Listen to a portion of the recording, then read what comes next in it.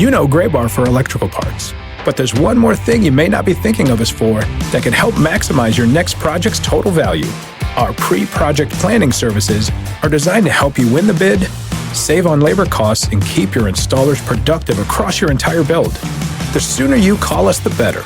Because when we're there from the beginning, we can anticipate your needs and help you solve problems before they become problems. Yep, Gray Bar does that.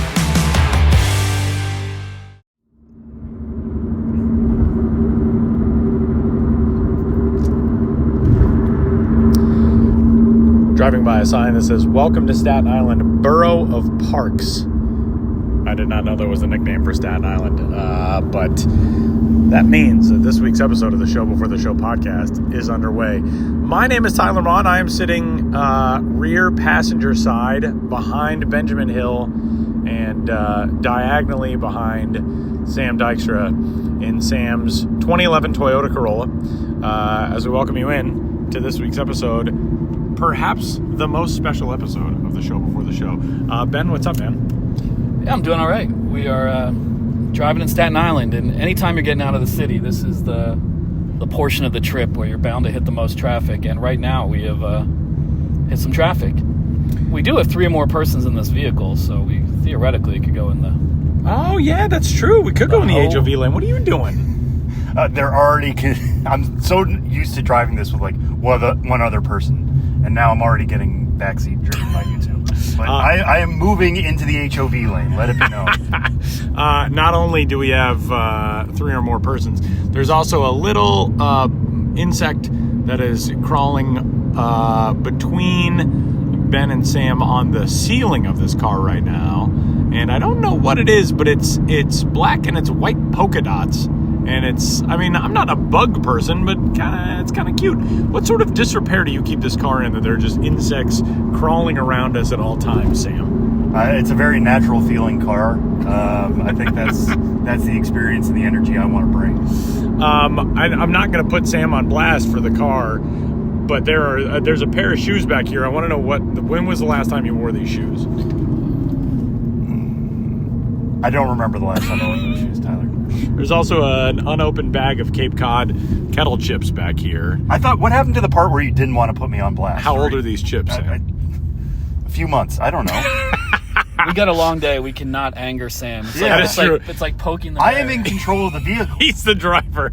We can't anger the driver. All right. Well, let's preview the day. We are on our way, the 3 best friends that anyone could have, to Bridgewater, New Jersey, for the Show Before the Show night, in honor of our 500th episode a couple months ago of the Show Before the Show podcast. The Somerset Patriots, so kind to host us. Ben, give us the laydown of what's on the docket today for us. Yeah, well, one, it's a doubleheader. We didn't know that, of course, when this was scheduled, but that's minor league baseball. We got a doubleheader because another game earlier this season between Somerset and Portland couldn't be played. So we got a 4 p.m. start time. We're going to be there plenty early. We're doing a ballpark tour. We're going to sit on the team's planning meeting for the day. They have Stanton and Stroman on the team right now. Double rehab day. Double rehab, so that is going to add a bigger crowd. I hope it is okay operationally because the team is playing so many things around us, and I'm sure they're going to be stretched very thin with a couple rehabbers in town. We're still the stars of the show, do not worry. Obviously. And, I've recruited a half dozen designated eaters. Wow. We'll see how that works. I just said, hey, everybody come. And I'll just, line them up, and they can knock it down, I guess. We just roll with everything. We'll be doing all sorts of interviews with front office staff, fans, and probably a player. We're just going to roll with what the day brings. And it begins now in traffic. Sam, what do you think the odds were that Marcus Stroman and Giancarlo Stanton requested to start their rehabs? Giancarlo Stanton was last night, so I guess there's some plausible deniability. What do you think the odds are that they requested it because they knew the Show Before the Show night was happening? Oh, of course. This isn't happening because Somerset is right next to New York City. Right. It's just a short hour's drive away. This is 100% because we were going to be there. And I'm sure at some point we'll have to get some Somerset employees on the record as to ranking their 5 guests for today: Marcus Stroman, Giancarlo Stanton, Benjamin Hill, Tyler Mott, and Sam Dykstra. We just need to get that in order, Yeah. We need power rankings. Personally, I like that idea. We're also going to talk with a player. The plan today is to talk with the lone top 100 prospect in the New York Yankees organization, George Lombard Jr., who is holding down the shortstop position for the Somerset Patriots. You and I will get a chance to talk to him. What do you like about George Lombard Jr.? Yeah, George Lombard Jr. coming into the year, we heard good things about his defense in particular last year, and the Yankees got super aggressive with him in his first full season in 2024, sending him from single-A Tampa to high-A Hudson Valley. Despite the numbers not being great, everything under the hood was a little bit better. Well, he spent the offseason getting stronger, improving his approach. I talked to him in the spring, and his setup at the plate just looked a lot simpler. He was being quicker to the ball. It wasn't so many moving parts. And then he absolutely destroyed Hudson Valley upon his return there. Got to Somerset. Not literally. Not literally. Hudson Valley is still there. The Renegades are still playing. But just laid waste to the South Atlantic League otherwise. Not literally. Not literally. I need to come up with other words for how good he did. He was very, very good during his return to Literally. high A. Yes, literally very, very good. It's been a struggle at AA, as it often is for younger players. He is just in his second full season. People always say that toughest jump is from high A to AA, because you're facing guys who may have been in the majors. You're going to get some rehabbers occasionally, like the Patriots are today. So we'll talk to him about that, what that transition is like. And obviously, he's somebody who has a major league background. His father has been a coach, and he's been in major league clubhouses going back many years between the Tigers and the Dodgers. So this is a guy who I don't think the lights get too bright for him. Even if he's struggling now, he understands that's part of the game, maybe more so than some of these guys who have been really, really good ever since they first touched a bat and a glove and a ball. So we'll get into that with him, but I think the big thing we'll touch on is just what is it like to be at AA? I mean, that's our focus entirely today, is like, what is it like to go to a AA Somerset game? What is that experience from every possible angle? I love that we're going for a doubleheader because those are things that happen. I love that we're going for a rehab game because those are things that can just happen out of nowhere. I love that we're going for Dollar Dog Night, right? I'm very excited. That's part of the reason why we picked June 11th, because we knew it was Dollar Dog Night and we wanted to see what that was like at the ballpark. There's so many things to touch on. I'm very excited for all that's to come. Ben, you have done many a night at a minor league ballpark, many a promotion, many a between inning contest, many a first pitch. Tonight you get to do it with your two cohorts in the Show Before the Show podcast. Do you have any advice? Sam, have you ever thrown out a first pitch? I've never thrown out a first pitch. Do you have any advice for me and Sam as to what we can expect first pitch / promotion wise tonight? Yeah, I mean, I think I said this on a previous episode, and I mean this in a good way, not necessarily a nihilistic way, but it doesn't matter. We're all going to die. Eventually all our graves go unattended. Yeah, but people, do not notice, really, how a first pitch goes. This one might be actually, though, more eyes on it because it's in between games of a doubleheader, I believe. So with two rehab assignments. Yeah, because often there's very little margin for error. Yeah, often on first pitches, there's like most fans aren't even sitting down, and it's just very, very low stakes. It's also kind of up to the team. Like, do you stand on the mound? Sometimes they set you up on the grass right in front of the mound. Players don't catch the first pitches like they used to.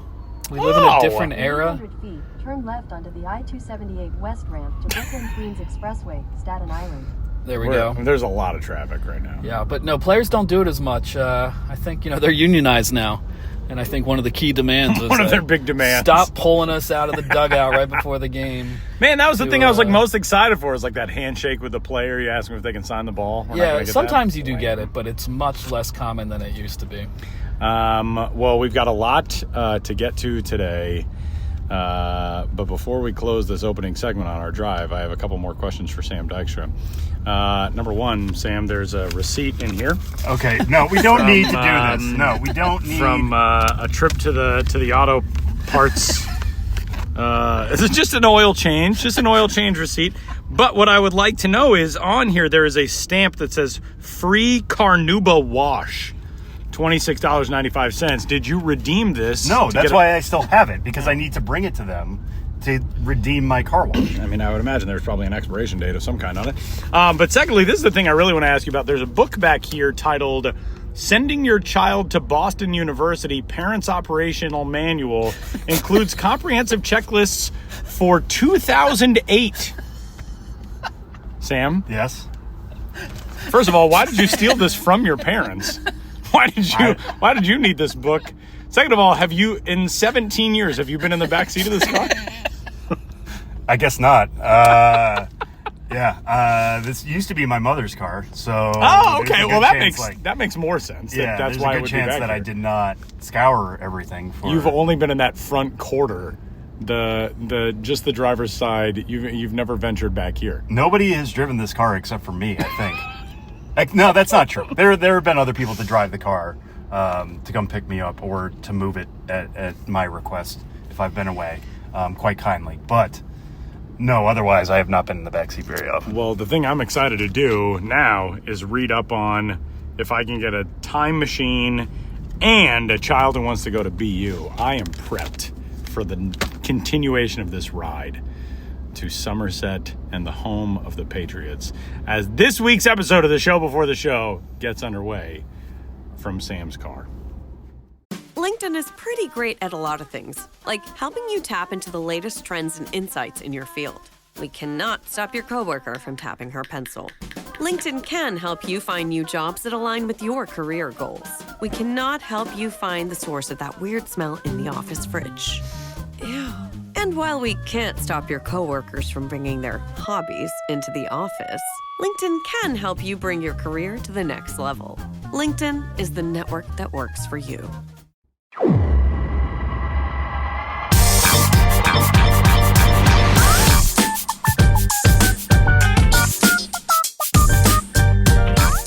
We arrived at TD Bank Ballpark on the morning of June 11th, 2025 to a jarring sight.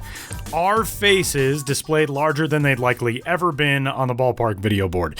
The Somerset Patriots were ready for us. We met Somerset's Senior Vice President of Marketing, Dave Merrick, outside the first base entrance, and our day was underway. Following a ballpark tour, we made our way to the daily lifeblood moment of any minor league staff, the game day meeting. All right, so we're sitting in the Somerset Patriots front office right now, getting set for the game day meeting. We just went on a tour of the ballpark with Dave Merrick, and we will now go through the full game day plan, groups, promotional schedule. We're getting underway. Yeah. So first of all, right here we've got Sam Dykstra. Sam, we've got a special gift here for you. For those who don't know Sam basically is the guy who runs the prospect reports for minor league baseball. He writes up the prospect writings on them. 1/3 of them. I don't want to take credit for all of them. I don't do the Yankees top 30, just in case anybody's concerned about where Spencer Jones is on the current list. But he does have input into the top 30s, the top 100s, and all that stuff. To Tyler, he has announced the World Baseball Classic, so we got a gift here for him. Okay. Let's go. And he also has run the Show Before the Show podcast for many years, kind of the guy that kind of keeps these guys together, right? Am I announcing that right? Or? Do my best. Yes. Do my best. He's the glue. And then Benjamin Hill, he is the guy who covers everything on the non-baseball side of things: the food, the fun, the promotions, all the cool stuff that is beyond just the baseball stuff. And all of these guys speak here in a second, but I just want to say that this is kind of a monumental day for them. They've been together for 10 years, guys? 15 years? 10 years. 500 episodes. This is the first time that the three of them have been at a baseball game together. Wow. Which is remarkable. And secondly, they're all going to be throwing out a first pitch for the second game, and this is the first time, right, guys, that you've ever thrown out a first pitch? Is that right? For us, Ben's a seasoned pro. I've done dozens and dozens. A varying quality split. Yeah. Nice. But they were all thrown. Good. Do you guys have anything to say before we get started? I'll just say thanks for having us. I mean, it's this kind of came about because we just would talk on the podcast the way we just sort of are just making up things as we go along. And we were like, yeah, team should have a show or a night at the ballpark in honor of our podcast. And we were real passive about it, not like making it happen, but hey, if anybody wants to, we'll do it. And only one team bit. Unlike the John Oliver teams, right? Yeah, but we really appreciate that and all the effort you put into this. And it's a unique day. I mean, been doing this for a long time, been to a lot of ballparks, but yeah, we've never been in a ballpark at the same time and never had a day quite like this, so appreciate it. And you get 14 innings, right? Yeah, exactly. Yeah. And part of the reason for that is that these guys live in the New York area. Tyler lives in Colorado, so that's why. It's really my fault. It's my fault that we haven't all been to a game together. And Tyler used to be the voice of the Altoona Curve. Yeah, I was with the Altoona Curve for a season. I was with the Myrtle Beach Pelicans for 3 seasons, so it's kind of a fun little throwback morning for me to sit in on a game day meeting because I haven't done this in quite some time. So this is very cool. I never sat at the head of the table, so I want to apologize in advance for having it. Sam forced me into this seat. I was like slipping into this seat. But no, to echo what Ben said, it's been amazing, just how much effort everybody's put into this, and we're so excited to be here. And this is very, this is my first time I think it's my first time to this area of New Jersey at all, my first time to the park, and we're thrilled. It's going to be awesome. We'll undoubtedly embarrass ourselves at some point, whether it's the first pitch or many other things throughout the night, but we're going to have a blast. Great, cool. Thank you, guys. Awesome. Well, we're really happy to have you guys. Dave, I know you sent that email out about the agenda for them. Is there any other than what Hal's going to go over that everybody should know? Yeah, I think Hal will be able to cover pretty much all of it here in the meeting. So. Well, most of this stuff I left to you. Okay. I didn't put everything on the script here. Okay. So. All right, let's go. All right, here we go. Welcome to the game day meeting for what I think is home games 15 and 26, technically. It is our doubleheader, 4:00 p.m. start. There is no title game sponsor, but we do have a few major things going on. It is, of course, $1 hot dog night throughout the ballpark, and that is going to include the award wiener stand. I think we're foregoing the jumbo dogs and just doing the dollar dogs, but people can add on toppings there if they'd like, correct? Okay. Yeah, so there'll be $1 hot dogs anywhere where you can purchase a hot dog in the ballpark tonight. I don't know that we'll quite hit the June 4th, 2024 Garrett Cole hot dog number, but Hot dogs.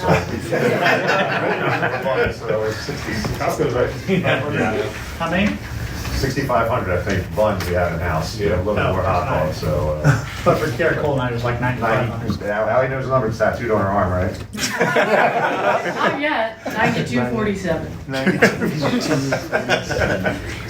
all right, lofty goal. Across the minors, front offices hold meetings every single day of home games to run through that afternoons or evenings or nights festivities. You might think it's as easy as throwing open the gates and welcoming fans, but every single game comes with different groups in attendance, different between inning contests, different promotions, etc., etc., etc. Sometimes front offices get surprised with, say, double headers or a major league rehabber, or, as was the case for our day at Somerset, a doubleheader against the Portland Sea Dogs and 2 rehabbers, with Marcus Stroman getting the start on the mound and Giancarlo Stanton back with Somerset for the second night of his rehab stint. The Patriots staff graciously welcomed us and ran down the day's events, from which groups were in which suites and picnic areas to our crew's anticipated terrible rendition of Take Me Out of the Ballgame during Game 1. I have a doozy group in the picnic area. It's a full banger picnic area, so it's just them down there. Their CEO has the first pitch, which is on the sheet here. They have the parking pass invoiced. They have Sparky coming to visit them. They have a drink tab set up that they're doing in the barbecue area. Because they're the only people in there, I didn't give them an extra wristband, so they can just use their barbecue wristbands for that purpose. And they also have a couple of on-field games as well. They do have a picnic will call table. If we can have 2 tables down there for them for picnic will call, that would be great. They asked for an extra one, and then I think that might be it. The game day meeting went about 25 minutes, and when it was done, Patriots staffers went about their days getting ready for that afternoon's 4 p.m. first pitch for the opener. All right. Anything else? All right. We, along with Dave Merrick, Patriots president and GM Patrick McVary, and Senior Director of Sales and Marketing Hal Hansen, went to lunch. And where else, when visiting Somerset, would we go but a diner? Over omelets and pancakes, one chicken focaccia, one Monte Cristo, coffee, Cokes, iced teas, we learned about the Patriots franchise history, their front office philosophies and culture, and the baseball lives of our hosts. From the Golden Corner Diner, one of 18 diners and one coffee shop in Somerset's 2025 Diner Passport book, which is of course inspired by the team's Jersey Diner's alternate identity, we headed back to TD Bank Ballpark. Throughout the afternoon and evening, we hustled all over, taking part in on-field contests, including a pony hop race in which it was alleged that I bumped Sam unfairly and knocked him over on my way to the win, an allegation that I will call baseless.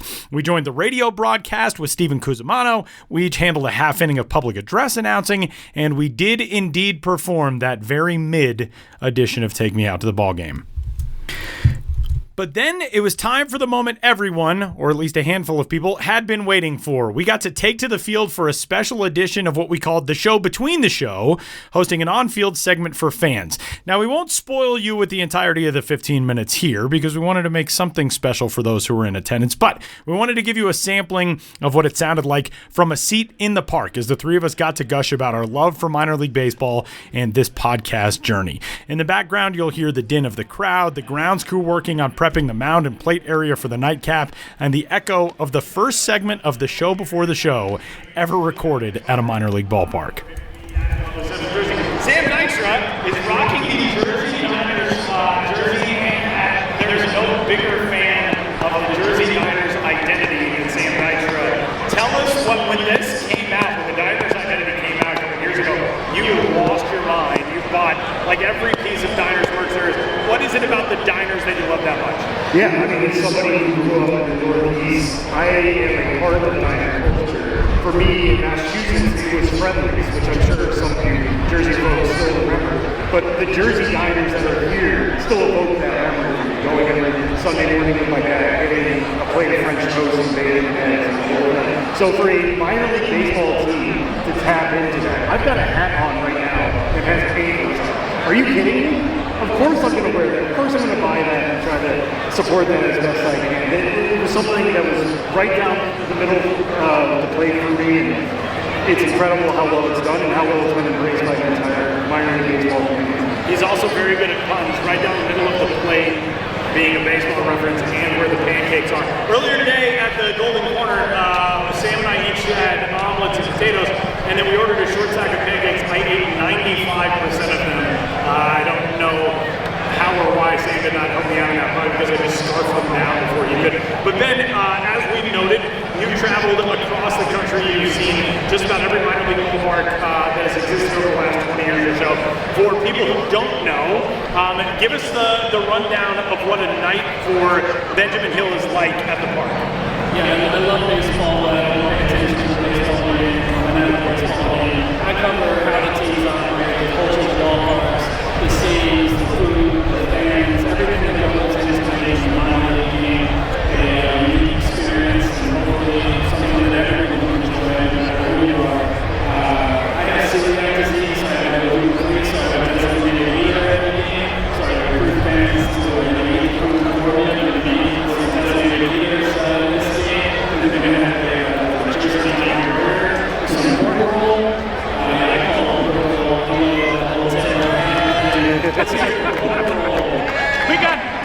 We got a lot of very loud cheers for pork roll, and one guy giving double thumbs down on pork roll. Not a pork roll fan up here. Okay, I'm not familiar enough with pork roll, but I will absolutely crush a Diner burger. And if I don't like it, I'm gonna come find that guy and be like, I get it.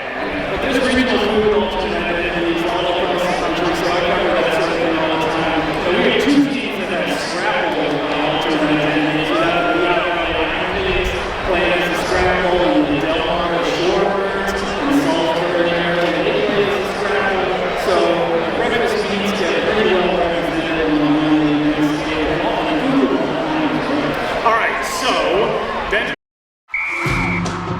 listen up, nacho chips. Quiet down, crispy potatoes. This is the moment Velveeta's been preparing you for, and you're not about to crack under pressure. Today's the day to go all in on the drip. Velveeta's Heat and Eat Queso is the MVP of any game day spread, so stick by them, and you'll be golden. Now get out there and make delicious history. No tailgate party is complete without Velveeta. Then it was time for game number 2. Benjamin Hill did what Benjamin Hill does. Ben's Biz wandered the park meeting his designated eaters for the night. There were 5 of them, and conversing with people all across the Somerset County evening, including front office staff members, both current and former, along with fans and more. Ben kicked things off with the Patriots media relations man. Mark Russinoff, VP of Communications? And Media Relations, yep. VP of Communications and Media Relations for the Somerset Patriots. You wear a lot of hats like anyone else, and one of them is adjusting on the fly when a New York Yankee is announced as a rehabber with AA Somerset. Right now, we've got Stanton and Stroman at the same time. So things are busy for you. Very busy. It's exciting. It's one of those things where having the MLB guys come in adds a lot of excitement to seeing the prospects that are coming up. So you get the best of both worlds. You get to see the future stars and you see the current stars, and it's fun to see how they interact with fans, the media, to see how they engage with the players and teach them stuff, and how excited the players are to see guys that they grow up watching or potentially learn from in spring training. So it's a whole new dynamic. It's a lot of fun to see, and a lot of fun to work on getting the content and the media excitement around it. Yeah. But you're going into a homestand, planning for all the known knowns, and then there's an unknown that comes like this. So Stanton played his first game yesterday, Tuesday, in Somerset. When do you find out, and then what's your process from there in terms of what you have to do to get the word out, to coordinate with the media, everything like that? Sure. The first thing usually is sometimes with the Yankees, we'll internally start planning out when guys are coming back. A lot of times Boone will say something in a press conference where he'll say, like, the plan is for this person to be in Somerset or do a rehab this week, and then they'll figure out where they're going. And once that happens, the wheels start turning that maybe we should start getting ready for the potential of a rehab. And then, the Yankees give us clearance where we'll be able to say that this guy is currently scheduled. So right now we want to make sure that we get the news out. We get it on social. We'll get it out to media so people can expect that this guy might be playing in Somerset. And then we get the official word from the Yankees that, yes, he is assigned to the Patriots and he's starting tonight's game, or he'll be there for at least tonight until they figure out what the next steps are. So a lot of times you find out, a couple days before is the start of the process. You might get the official word the day or two before, the day of sometimes, just because there is a process that is behind the scenes that we might not know about. We want to jump all the time to get so excited about getting the word out to our fans and be ready for it, but there's a lot that goes on behind the scenes of assigning the guys here that once they make that announcement, it's all hands on deck. We want to make sure it's everywhere and anywhere. We deal with a lot of the media inquiries. We deal with a lot of the ticket sales. Our staffing changes sometimes with it because we need to make sure that the guys feel that we have everything ready for them when they get here.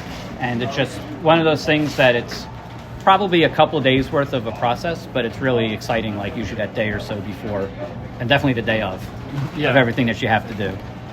Yeah, and so here in Somerset County, we're pretty close to the Bronx, and New York Yankees, arguably the most well-known franchise in the world. So anything revolving around them is going to get some attention.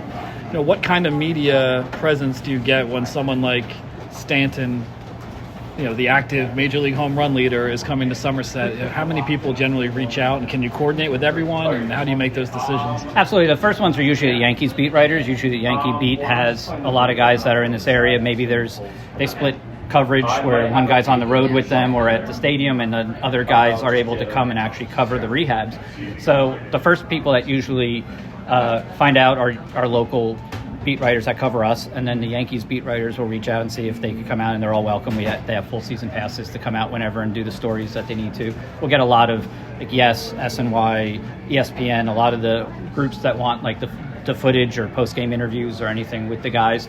So we hear from everybody. It's local, it's the regional, and then it's the national coverage. And it's really exciting because, it's what we're built for. We enjoy that part of the media world. And, if they can't make it, we make it as easy as possible to send out links of interviews, of pictures, of everything that we could do. So if you can't make it, you still have the coverage of it. So we work really hard to make sure we're checking all those boxes for everyone. And then from the fan side, or the attendance side, what can you generally expect from a Wednesday night like today? How it was expected to be attendance-wise, and now what it's going to be with Major League rehabbers, especially of star caliber. Yeah, absolutely. Well, we'll start at a certain point, like let's say we're at 4,000 or 5,000 or something, and then you start selling a couple hundred tickets or 1,000 tickets. I remember the example of Garrett Cole when it was announced that he was potentially coming here. Ticket sales started to blow up, and the minute that he was actually announced, I think we sold 4,000 tickets after that. And then people figured out too, okay, wait, there's a 5-game series, he'll pitch again on Sunday, and then they bought all the tickets for Sunday, so there wasn't a seat to be had. So when you have that star power and a guy that is like a Cole or Stanton, when Rizzo, when those guys come here, they move the needle. Jazz had a lot of excitement around him that moved probably 1,000 tickets or something that day when he was announced. So it's just one of those things that creates the excitement. Fans want to see their heroes up close, and this is a great place to watch it. I mean, you're probably 50 feet away from the field, and they sign when they're here. The guys are really generous and kind with the fans, and they make it an experience that they'll remember forever. It's a lot like when they're in spring training. You see how accessible the guys are. You don't really see that at the big league level because they're there for the games, and it's a lot harder to get to the guys. This one, when they're here, they seem to give back to the fans a lot. And last thing, Major League players, when they come on these rehab assignments, it's generally a tradition that they pay for dinner somewhere, or they get a catered meal. What are the sort of establishments around Somerset County that a major leaguer is likely to purchase for the whole team? Oh, absolutely. I've heard everything from Wolfgang's, Char Steakhouse. I've seen people do different seafood locations, different big breakfast specials, and different caterers that they know. So there's guys that just really step it up and make sure that the guys are taken care of. And it's always a tradition. It's a nice thing you hear that the guys give back. But I think in addition to all the things that they do to make sure that the guys know that they appreciate them and that they're taking the time for everything, I think a really nice thing is that they take the time to teach, answer questions, talk to the guys about experiences, what they, how they got through different times in their life to be where they are. And I think that that's probably even more valuable than the food, is that time with that big leaguer who's willing to take just a few minutes even to show somebody something that they could work on or answer questions and be more available. So it's a great experience, especially for the guys that are the next up-and-coming superstars, to be able to talk to a Cole or Stanton. Maybe they got to see him a little bit in spring training, but they're starting those relationships. They might be teammates in a year, so it's kind of really cool to see that dynamic play out too. Yeah, good point. Well, I'm sure you have a busy afternoon and evening ahead of you, so I'll let you go. Always busy. I always appreciate it, but more exciting that you guys are here as well, and you get to see everything that we get to do with rehabs, and I appreciate the time, and definitely excited to see what the day holds. Me too. Well, thanks for talking with me. Of course. Okay, so your name is Madison Slattery? Madison Slattery. I hear you're possibly the biggest Somerset Patriots fan there is. Would you consider yourself to be the biggest Somerset Patriots fan? Probably. I've been here for 5 years in a row, and I've missed 5 games in those total 5 years. You've missed 5 games in 5 years. So you've been to 300 some games, something like that? Yes, so I've only missed 5 home games, and I've had perfect attendance for the past 2 years. Wow. And were you a baseball fan before the Patriots, or was the Patriots what got you into baseball? I watched a little bit of baseball with my dad, but the Patriots really got me into baseball when the Yankees came here. And what about coming to games here did you fall in love with so much? I really enjoy just watching the game, and then all the promotions and stuff, and just the atmosphere, everything was just so cool. And then about 2 years, my second year here, I started taking pictures, so that kind of entertains me a bit too. Wow, so yeah, you got a lot going on at these games, and I heard a lot of the players know you, they love you, so you get to know a lot of these guys? Yeah, just by giving them fist pumps every night, I built a lot of what's the word? I've had a lot of connections with a lot of them. I built really good relationships with a lot of them. So some of the guys that are on the Yankees, like Anthony Volpe, Jason Dominguez, Austin Wells, Ben Rice, like they all were here a year or 2 or 3 years ago. Oswaldo Cabrera too. Like they would know who I am because like they've seen me since they've been here. And I know it's hard to pick favorites, and you just named some players, but do you have some all-time favorites? Well, Austin Wells was super nice. Oswaldo Cabrera is also super nice. So it's just honestly like a lot of those guys. Anthony Volpe is also really nice. One of my favorite players that's ever been here is probably Luis Medina. He plays for the Oakland A's now, but he was just so nice and he was the best. And last question, it might be hard to choose because you have so many memories here, but what is your favorite Somerset Patriots memory? My favorite Somerset Patriots memory is probably when they won the championships, like in 2022, and I was able to go onto the field and like hold the trophy and take pictures with all the guys, and that was probably one of my favorite things that's happened. Awesome. Well, thanks so much for speaking with me. Of course. Thank you for having me. Hal Hansen, Somerset Patriots, Senior Director of Marketing. Been in minor league baseball a long time. I first got to know you with the Lakewood Blue Claws many years ago. I remember one time you helped me run in a pork roll, egg, and cheese race. Yes. But here we are, all these years later, still at a minor league baseball game, still in New Jersey. Now it's the Somerset Patriots. That's a long introduction for the fact that I want to talk about a specific thing. The diners. Yes. We're now in year 2 of the diners. We've talked about it on the podcast. I've written a lot about it. People understand, I think, the basic concepts that it's a New Jersey team celebrating diners. Yeah. But now bringing into year 2, just kind of curious where it stands now, how you're expanding it, and how you look at this identity as more of a long-term thing. Yeah. So we are blown away by how well it was received last year and the excitement around it. The merchandise, the demand for the merchandise was incredible. It was quite obvious that, we did 3 games last year, and it was quite obvious that we needed to do more this season. So the 2 big steps that we took were increasing from 3 games to 6 games this year. And the other thing we did, in addition to adding some new merchandise, the Steak and Eggs line of apparel, the pancakes. The other major thing that we wanted to do was add a mascot. We felt that it was right. People really, really love this brand and the experience, and we thought it was time to bring that coffee cup logo to life, and that's how Joe was born. And he's been a great, addition to the whole Jersey Diners experience. Yeah, Joe. Yeah, Joe the cup of it's coffee. obvious. Yeah. And we went out to a diner earlier today. Myself, Sam Dykstra, Tyler Maw, and you, other members of the Somerset Patriots staff, and that's a diner. We went to the Golden Corner. Golden Corner, yep, in Boundbrook. Yeah, and that's one of 18 diners in a diner passport that the team gives out? That's correct. We printed about 5,000 of these passports. We hand them out for free at all games. We make an effort to hand out as many as we can at the diners games. But we hand them out throughout the season. And there's 18 diners in there. There is a coffee shop who we partnered with. They're a part of it as well. And the whole idea is to encourage our fans to visit these diners and support local businesses. Many of these diners are family owned. In fact, most of them probably are. And, we want to support the community, and, people can bring this passport as long as they spend $10 at each diner. They can get a stamp in their passport. And then as they accumulate stamps, they can win limited edition Jersey Diners merchandise that we are creating just for this program. So everybody wins out. I mean, the fans love it. We had probably 60 to 65 people finish all the passports last season.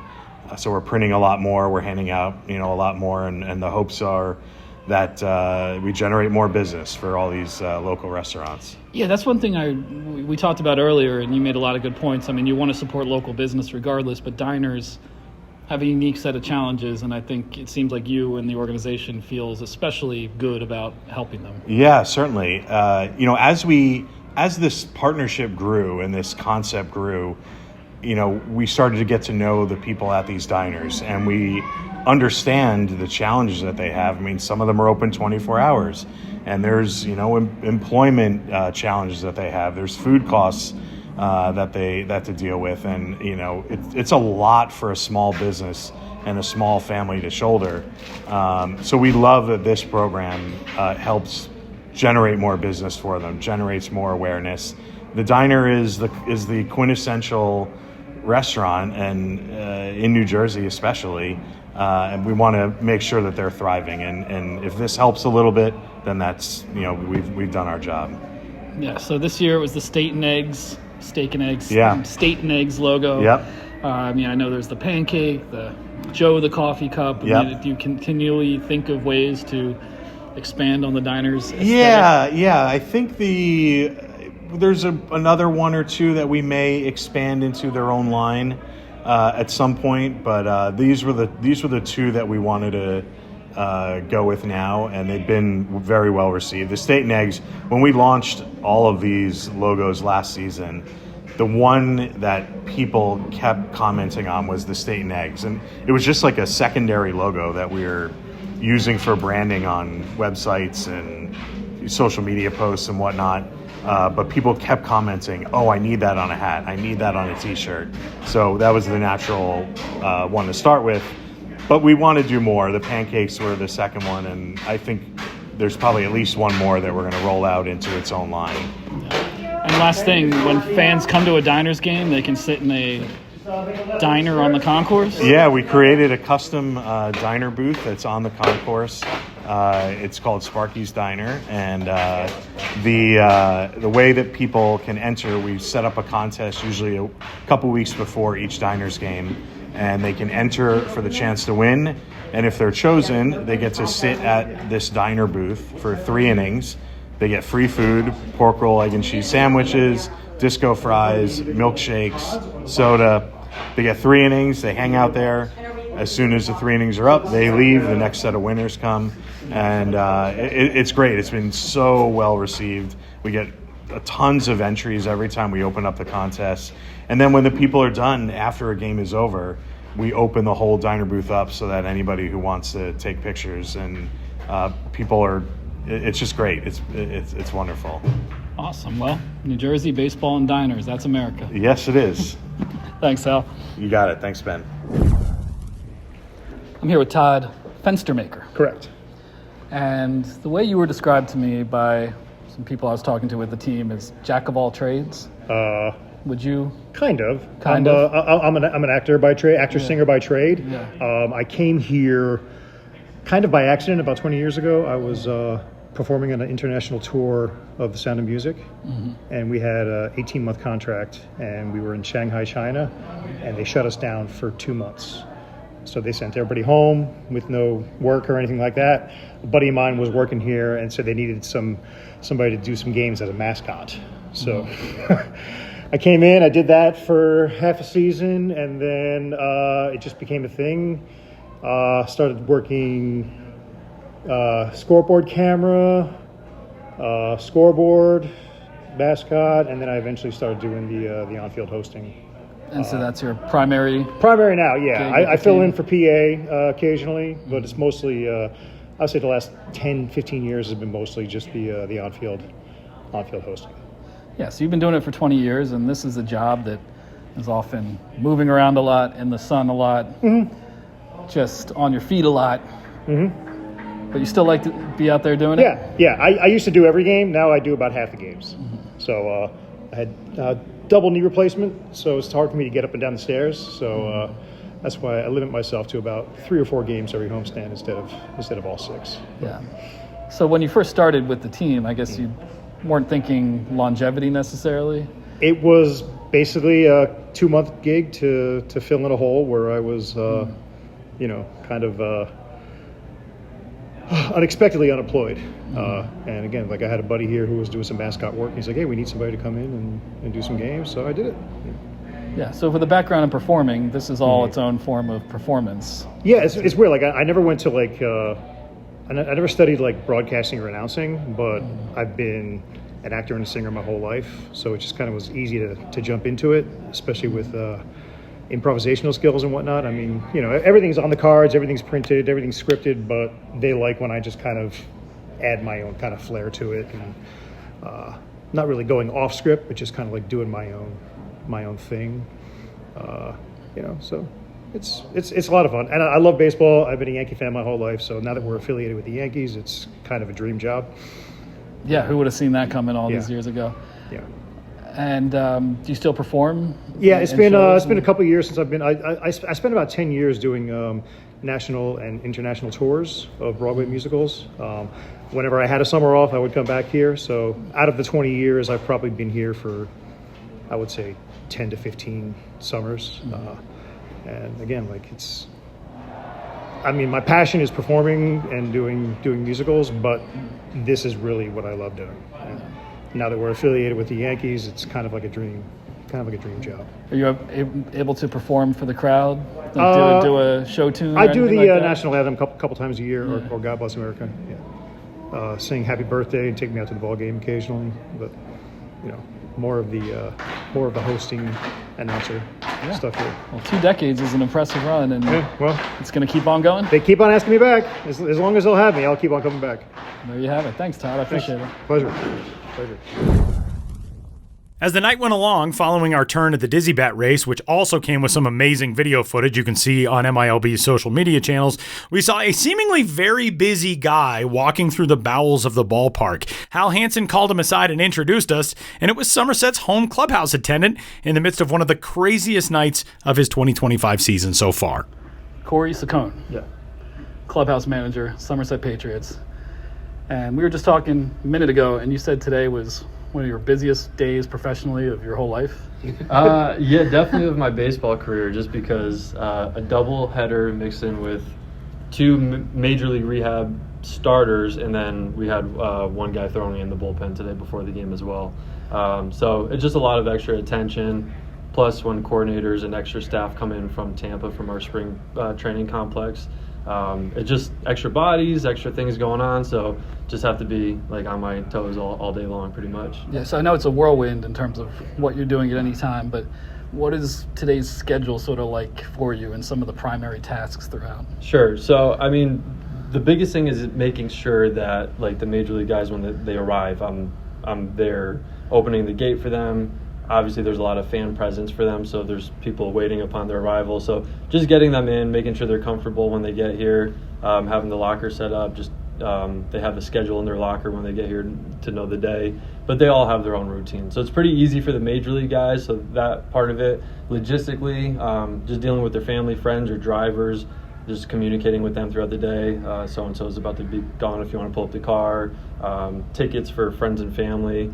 And then that's just the 3 major league guys we had. And then I have my team that I deal with every single day. So it just, today specifically, start to finish, just making sure those guys get in, getting the pregame meal set up. Then we have an in-between meal for the doubleheader, and then a postgame meal. Luckily for our caterer today, they did all 3 meals they provided, pregame, sandwiches in the middle, and then our postgame, we're doing a carving station. And then today was actually nice. Marcus Stroman on his way out said he wants to get a meal for the team later in the week. So we're setting something up as we speak. Our head minor league nutritionist will be here in about 10 minutes, and we're going to pick a place where we want the boys to get food from, and it's going to be something good. Stroman said high end, so we're going to make it high end and make sure these guys have a good meal at the end of the week. That's awesome. Corey, how did you get into this role? You work for the Yankees. You get assigned to an affiliate. What was the path? Is this something that you kind of knew that you wanted to get into in baseball, or how did you get into this position? Yeah, I've always wanted to work in sports. Went to school for sports management in Florida, but never really knew the ins and outs of a baseball clubhouse until I interned with the Yankees in 2015 as the assistant to the traveling secretary. So the George Costanza job. You had the actual George Costanza job? It was an internship, a 1-year internship. That is incredible. What's funny is, I don't know him personally, but the intern before me was actually, his name was Jason Alexander. No. So, yes, it's a very coincidental, but yes, I have heard that from my former boss, that he said that everybody just laughs at that story, and I came in and ruined it with my name, obviously. But yeah, it was the best, like the best internship, best year of my life was in 2015, interning for the Yankees. This is a great year, my new best year of my life because now I have a fiance, so I gotta there you go. try to get that in. Thank you. But it was amazing. Learned so much and saw so much.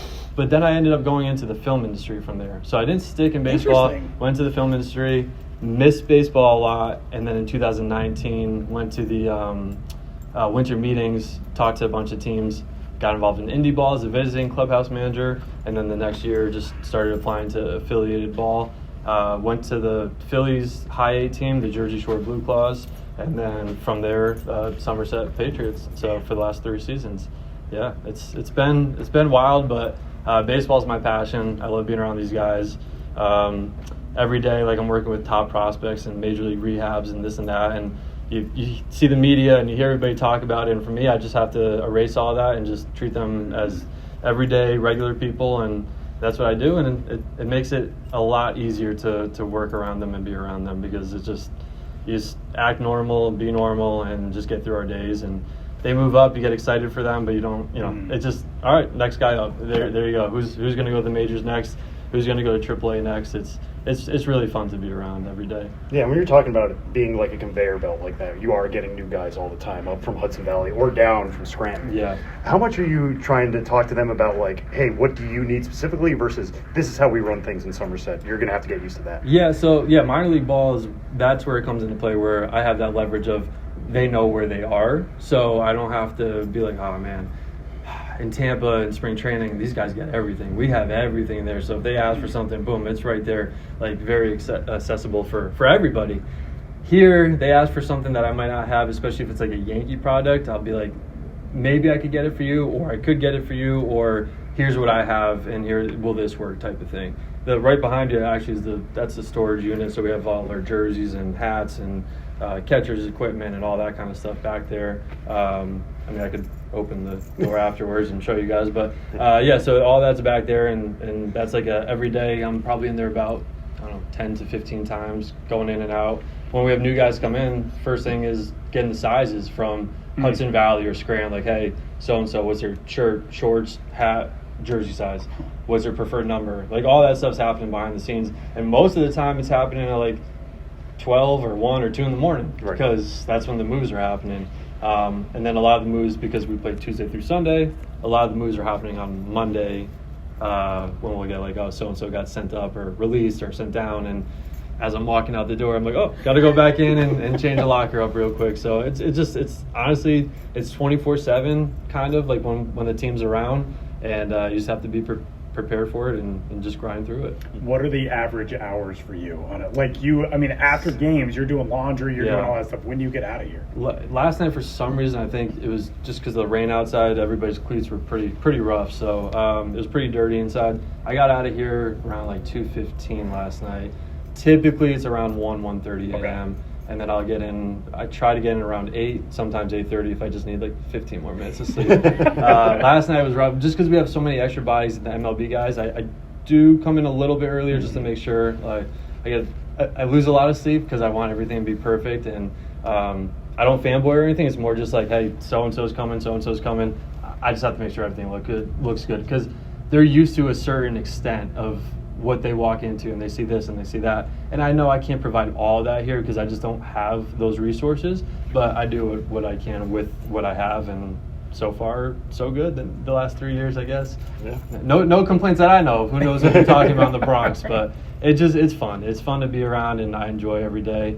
Like today, I if I close my eyes right now, I could probably pass out and fall asleep because I got 3.5 hours last night, but the adrenaline just keeps you going. And 2 7-inning games, I try to mentally think like, oh, it's not 9 innings. This will be a lot quicker today. And that's actually what's getting me through today. And I look at my watch. It's already 9 o'clock. I'm like, all right, 4 or 5 more hours and go to sleep, and I'm good. So yeah, it's a weird mindset, and I don't think many people would really love to have that kind of like lifestyle. But I got involved with it, and once I got into baseball, I don't want to leave. I love working in baseball, so it's rewarding and it's fun. Cool. Well, we said 5 minutes. This was 8. Thanks. No, sorry. No. Sorry, guys. Yeah, that was fun. Appreciate talking to you guys. Thanks, Yeah, that was awesome. Corey was kind enough to take us inside the Patriots equipment and uniform room, which of course led to another 10 minutes of us gawking at all the cool stuff in there. But out on the field, the Sea Dogs had taken the opener despite the efforts of Giancarlo Stanton and Marcus Stroman, but the Patriots were roaring in the nightcap. The highlight for Somerset came in the bottom of the third when top Yankees prospect George Lombard Jr. crushed his first Double-A homer to left center to extend his team's lead to 8-2, and then second-ranked Yankees prospect Spencer Jones followed immediately with a solo blast of his own to the opposite field. After Somerset finished off a 9-2 win to earn the doubleheader split, Sam and I caught up with Lombard. It's been an impressive campaign for the shortstop who made the jump to Double-A at just 19 years old earlier this season following a terrific start at High A Hudson Valley. It's also been a big year for his family, with his father, George, on the coaching staff of baseball's best team so far in 2025, the Detroit Tigers, and George's brother, Jacob, a top high school prospect for the 2026 draft. As fans shouted for his autograph behind the Patriots dugout, George Jr. gave us a bit of his time. Fire away, Sam. All right. Whether it's a movie night or just midday, Skinny Pop is a salty snack that keeps on giving. Made with just 3 simple ingredients for an irresistibly delicious taste and a large serving size that lasts. Deliciously popped, perfectly salted. Skinny Pop, popular for a reason. Shop Skinny Pop now. Well, George, how much of a collector of your own memorabilia are you? I haven't gotten huge into it yet. I know my mom likes to collect. She's got a bunch of my cards, and she goes through her. If I find any and she doesn't have, I'll give them to her. So she's the one that's more into it. All right, well, you might want to give this to your mom. This is your first Double-A homer. Yeah. The Patriots gave that to us. We want to make sure you were able to get that. It'll get to her. It'll get home for sure. There you go. Yeah. Well, take us through that at bat, getting that off your back and getting one under your belt. Yeah, it was good. I felt like I had good at-bats early in the day and was feeling good, was feeling comfortable. Just really trying to get a pitch to hit and put a good swing on it, and he left me one up, and look. Yeah, there you go. And then you and Spencer going back to back. I mean, what is it like, that dynamic between the two of you when you're at the top of the line like that? It's awesome. I mean, he's pretty fun to watch. He can do some crazy things on a baseball field, and so it's a lot of fun getting to hit in front of him and getting to be on base for when he hits doubles in the gap and I can run. But it was really cool.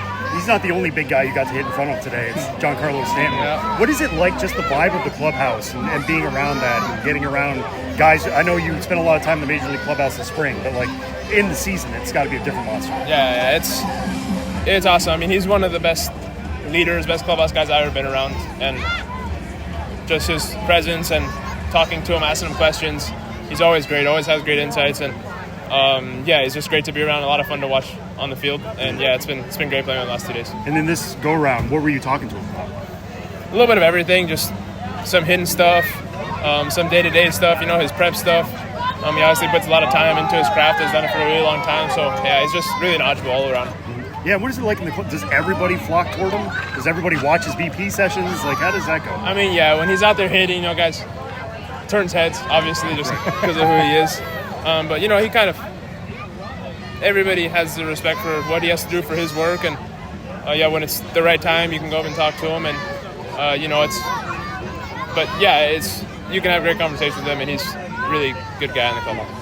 George, at this stage of the season, starting off so strong, getting to Double-A, do you feel like you are relaxed and sort of into the routine? It's mid-June. We always talk so often with guys about what are you working on right now. At this stage in the year, is it just kind of trying to stack days? I mean, today you go out, you get 8 at-bats, you throw out 4 hits, you get on 5-6 times. What is the thought process like on a day-to-day basis right now in June? Yeah, just getting a little better every day, sticking to the process.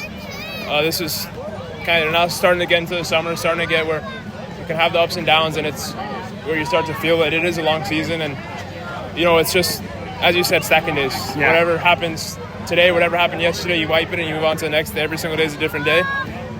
We just go in there in the clubhouse and have a focus on what we're going to work on, and then just try to get a little better, and that's about it. What do you feel like has been the biggest difference in how guys have approached you at Double-A, the stuff that you've seen at Double-A versus what you saw at High A? Yeah, I mean, I think the biggest difference is just guys are a little older, guys a little more experienced, so this probably overall the execution's a little bit better. Guys don't make as many mistakes, I would say, so If you're in a little bit of a slump or have a little hole, it could get exposed a little bit more. So it's just little adjustments as you go up every single level you're gonna have to make, and yeah, it's been good.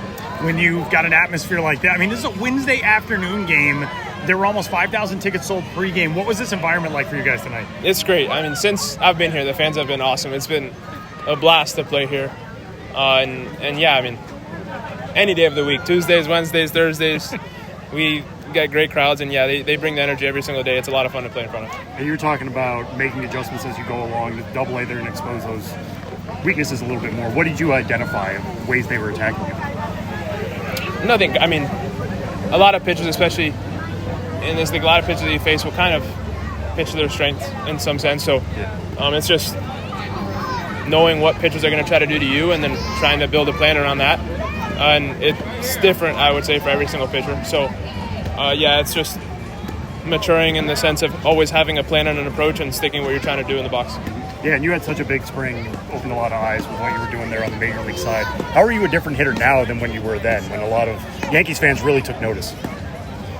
Yeah, I mean, I would just say overall, as you get more at-bats under your belt, as you see more pitching, you just kind of learn, have a better feel for the situations, how at-bats go, just a little bit more maturity in the box as you, I would say, as you just get more at-bats. It's a natural thing to happen. You just have a feeling that you can control at-bats more. You're more ahead of what guys are trying to do to you. So, yeah, it's just, it all comes with getting games under your belt, getting those at-bats, and just feeling more comfortable in the box. Yeah, and I remember talking to you in the spring about simplifying your motion and feeling simpler up there at the plate. How do you feel like that's carried as the season's gone on, Good. especially this first taste of double A? Yeah, good. I mean, you always, for the most part, you try to, when you're in season, you try to go about your work and just keep having competitive at-bats, not trying to tweak too many things in your swing, because that's how you can get all mental. So the swing, I feel like, has been pretty consistent throughout the whole year. I mean, little tiny tweaks here and there, but for the most part, you stick with what you do good and just try to write it out. And more of the changing is just mental cues, mental approaches, things like that. Yeah, we were talking about rehab and Stanton tonight. Also, Stroman rehabbing, and you were playing behind him as a shortstop, making a couple plays in that first inning. What is it like to play behind a rehabbing pitcher? Yeah, I feel like we've had a bunch of rehab guys since I've been here, and it's been a lot of fun to play behind all of them. You know, the Stroman today was fun, got a lot of action, and yeah, it's always fun to watch those guys when they come in, and it's a lot of fun to play behind. All right, George, last thing from me. It's a big time in the family right now for you. What's it been like throughout the season? I mean, how much do you even get to talk, your dad, your brother? Like, you've got so much going on, obviously. Yeah. Your dad's working for a team that's been leading the big leagues and wins all season long. Your brother's getting ready for a draft year. How much do you get to talk with them, and what are those conversations like? We talk a lot. I mean, we talk pretty much every single night. And, you know, we have our group FaceTimes and just catch up. And that's cool. Talk to my brother. My brother's playing a tournament in North Carolina right now. My dad's, I think, playing against Baltimore right now. But, yeah, it's... And my mom's always in on the conversation. She's always in the loop. But, yeah, we catch up a lot. We make sure to stay close and catch up with what's going on, whether it's baseball, off the field, whatever it is. But, yeah, we stay in touch. That's awesome, man. Well, you got a souvenir for her now, too. Appreciate it. Appreciate it.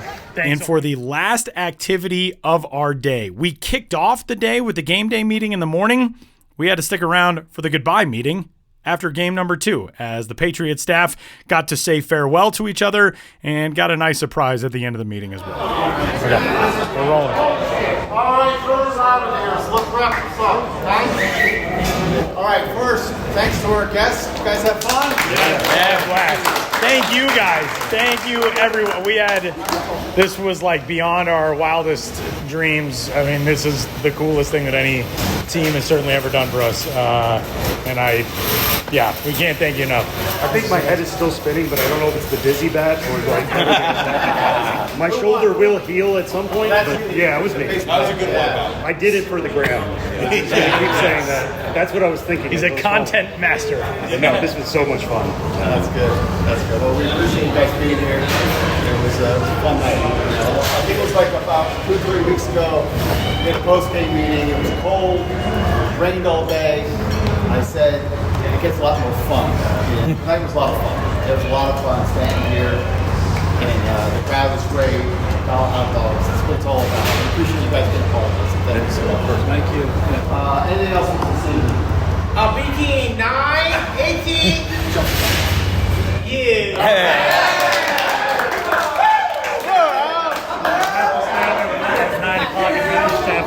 Half the staff at 9 o'clock, half the staff at 12 tomorrow. That's what that meant to finish on. The perfect way to end the night on a minor league front office. And then, at long last, it was sadly time to say goodbye. We got 14 innings of baseball. We were at the ballpark for 12 hours. We had an unbelievable night. We had staffers from minor league baseball come out. We had family members and friends and significant others come to the night. We had as much fun as any three people have ever had at a minor league baseball game, and it was a little overwhelming for us. We had a live content coordinator who was with us, who followed us around all night, took some incredible videos and photos. Minor League Baseball's own Danny Wild was there, took incredible pictures of his own. We had so much fun that it felt like it went by too quickly. But by the end of the night, we were wrecked, and we got to say goodbye from just in front of that third base dugout and say thanks to the Somerset Patriots and the fans who showed up on the show before the show night, June 11th, 2025 at TD Bank Ballpark. The sound of a post-game grounds crew means that our morning/afternoon/evening/night in Somerset has come to an end, although as soon as I hit record, they stopped using the tamp on the pitcher's mound. But for the final time on this week's episode of the show before the show, Tyler Ron, Benjamin Hill, Sam Dykstra, this was a blast. This was 14 innings of baseball. We got to see George Lombard and Spencer Jones go back-to-back. We saw a couple of big league rehabbers. We had an insane trio of on-field contests. This was a lot of fun today. Yeah, it was an absolute whirlwind. I'm just thinking of waking up this morning, dropping my son off at school, getting to Sam's house for us to ride over here. That seems like it was like 4 days ago. Yeah, hey, I don't have to say too much because you'll hear a lot about it on this very episode, or you already have heard a lot about it. But kudos to the team for putting so much care into this, and felt really good to be out here, and I'm glad it happened. Yeah, I think the biggest thing I can say is just thank you to the Somerset Patriots for doing this for us and taking us along on this journey and allowing us to bring it to fans, because I was talking to Emma Tiedemann in the Portland booth, and she was saying, so what are you guys trying to accomplish with this week's episode? And I was like, we're trying to bring a 360-degree view of what minor league baseball is, which is what we do every week, right? But this is actually from the ballpark. Yeah. Talking to clubbies, talking to players, talking to fans, talking to front office folks. Getting as much of a view of what it is like to be at a Somerset Patriots game. My head is still spinning. I think it's from the Dizzy Bat game. It might just be because I've run around for 14 innings and still haven't had anything to eat. We might have to find a Jersey diner on the way home. But this was such a blast, and I'm so excited we did it. And who knows, maybe this is the start of something. The start of something big, perhaps. There's the tamp on the mound. For Benjamin Hill, for Sam Dykstra, for the Somerset Patriots, our biggest of thanks to everyone here at TD Bank Ballpark. Wrapping up a unique edition of the Show Before the Show podcast. My name is Tyler Mon. We'll catch you next week.